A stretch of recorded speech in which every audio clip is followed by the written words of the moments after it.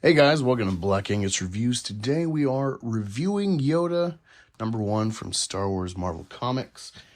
This appears to be a 10-issue miniseries coming out, and I kind of enjoy this. I'll give you the summary of the series. All new adventures for the greatest Jedi of all time. To some, he was a legend. To others, he was a teacher.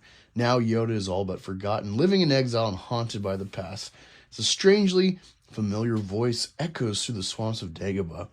Yoda must revisit the many lessons he has given over the years, from the days of the High Republic to the chaos of the Clone Wars. In the first of 3 story arcs, a desperate cry for help reaches the Jedi Council on Coruscant, and only Yoda can respond. But how far will he go to protect a community from attack? So, of course, you got this main cover by a Nodo. I like how it's got a sense of tragedy to it. It has like this kind of echo of the past to it, and I think not having hard lines. That this was, I'm assuming, colored over pencils and never really inked. Besides maybe, I don't even think like interior of the face.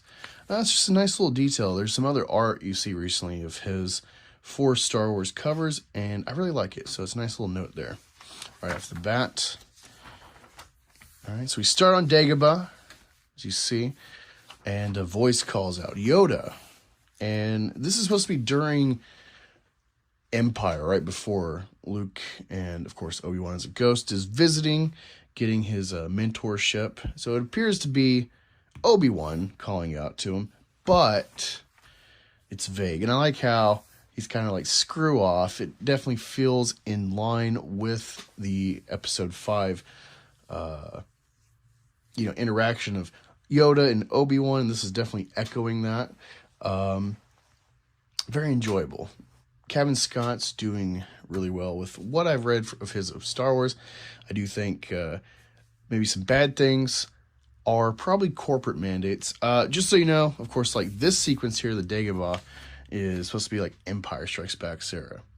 But this recollected story that you're going to see is during the High Republic era. I think before he's actually Grandmaster. Of course, in this specific story, he is a Grandmaster.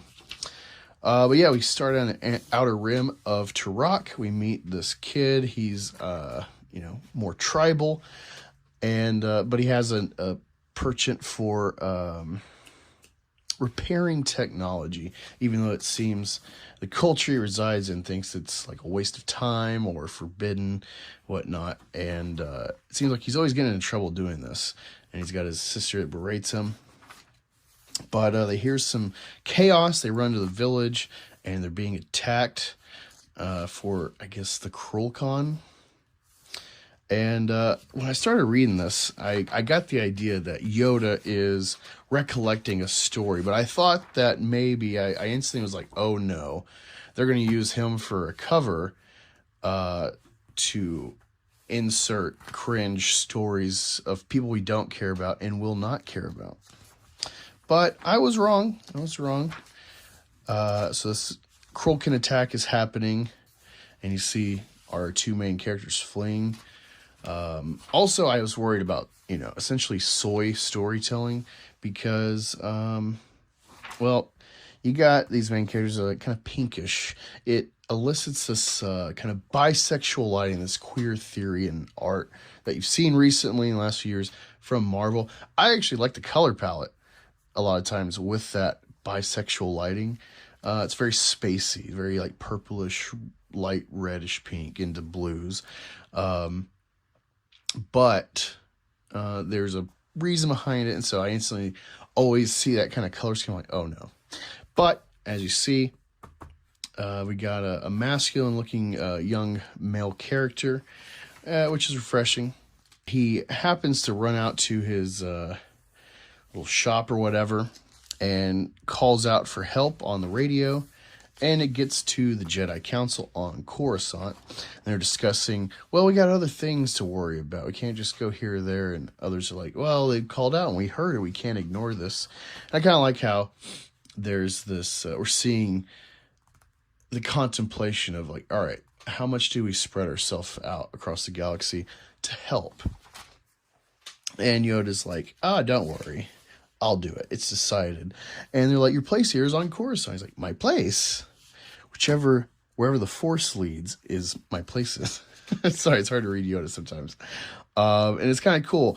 And another thing, I really like the range of the colors, the color palette. You got the nice, swampy, cool, a little mysterious, and then the warm hearth of Yoda in his hut. And then you get to this bright, sort of equatorial, like tropical setting, lots of forest and mountains, like Hawaii or something. And then when they're under attack in nightfall, see, we get like this kind of twilight coloring of Coruscant, much like, especially episode 3, but overall there's this twilight coloring they do to Coruscant in the prequels. And this team's really pulling that. Then we get to this dread color here, fire and doom, and there's like this one bright spot with Yoda, and it's kind of menacing though. I like that. There's a contrast you can elicit from seeing that. And he's ready to do badass shit. Of course, we've seen the movies, you know what he can do, but I like how he's always trying to preserve life. He's cutting up their weapons, he's scaring them. He might wound them, but he's trying to make them run away, which made me think about, like, this is a focus. He's like, serve the light, serve life, always life. And I wonder what was going through his head in episode 3 when he's like having to slaughter all the clones outside of the temple. Nice little contrast. But yeah, he destroys the weapons, scares all this crew lock, if I'm saying that right, and almost gets rid of himself. But ultimately, he chases off these attackers and sends a message back to Coruscant. Holograms like, hey, I'm going to be here a while, as long as it takes. Very Captain America of him. And now he's embracing the culture of the indigenous. Again, in the days we were living, Thanksgiving just happened. Makes you wonder if this is, organic storytelling, or if it's, eliciting a kind of critical race theory, the wokeness, of indigenous and cultural awareness, all that kind of stuff that, Star Wars is all about various cultures and pulling from and fusing them, shedding a light on that. That's fine. The day and age we're in, I always wonder how much of this is organic storytelling. You may disagree or think, well, why is he even mentioning that? But it's something that's always brought up to the forefront of our minds. We can't enjoy entertainment today without, some sort of messaging. That's why I bring that up. But yeah, he's learning the language a little bit, hanging out at the fire, and of course he's being watched by someone seeking vengeance. He's like, yeah, enjoy your spot till we attack. And we get this nice, cool Noto cover preview for the next issue. Again, this is going to be a 10-issue series with I'm assuming 1 trade paperback, maybe 2. We'll see. But yeah, I like this. Not the greatest thing. I don't think Yoda is that interesting to develop. Especially at this point, he's already like a high master. I think if you want to do a Yoda story, you should be going further in time, young Yoda and his master. That'd be cool. But, this is, again, to boost High Republic era before they start doing High Republic projects on screen like Acolyte. There's reason to doubt it'll be good, but I am hopeful. I love the prequels, so anything around there, I am always hopeful.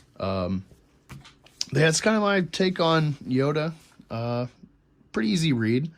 Good art. The art team, let's check it out. So, of course, the writer, Kevin Scott, Nico Leone, Dono Sanchez Almara, the colorist. I think, Dono, you've done a marvelous job. You are the highlight in my book, ironically, to this production so far.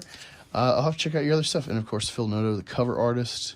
And there's some variant covers, including Kara Andrews. Good stuff all around.